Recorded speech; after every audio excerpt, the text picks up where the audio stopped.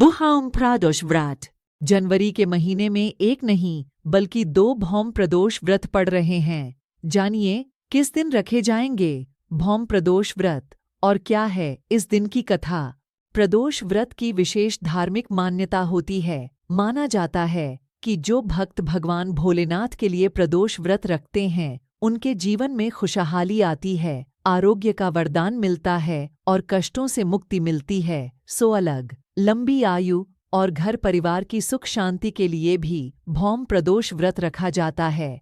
मान्यतानुसार आने वाली जनवरी के महीने में 9 जनवरी मंगलवार और 23 जनवरी मंगलवार के दिन भौम प्रदोष व्रत रखे जाएंगे। हर माह के कृष्ण पक्ष और शुक्ल पक्ष की त्रयोदशी तिथि के दिन प्रदोष व्रत रखा जाता है। मंगलवार के दिन पड़ने वाले प्रदोष व्रत को भौम प्रदोष व्रत कहा जाता है। इस दिन की कथा की भी विशेष मान्यता है। माना जाता है कि भौम प्रदोष व्रत की कथा पढ़ना बेहद शुभ होता है और महादेव लॉर्ड शिवा की शुभ कृपा दृष्टि भी जातक पर पड़ती है।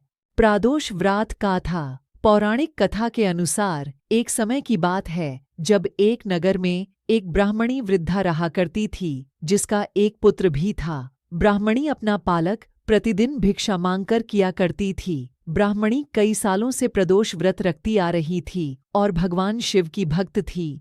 उसके पुत्र ने एक बार त्रयोदशी तिथि के दिन गंगा स्नान किया और फिर जब घर लौट रहा था तो उसका सामना कुछ लुटेरों से हुआ। लुटेरों ने उसका सारा सामान छीन लिया और फिर फरार हो गए। उसी समय कुछ सैनिक वहां पहुंचे और ब्राह्मणी के पुत्र को लुटेरा समझकर अपने साथ ले गए। राजा ने उसके पुत्र की एक न सुनी और उसे कारागार में बंद कर दिया।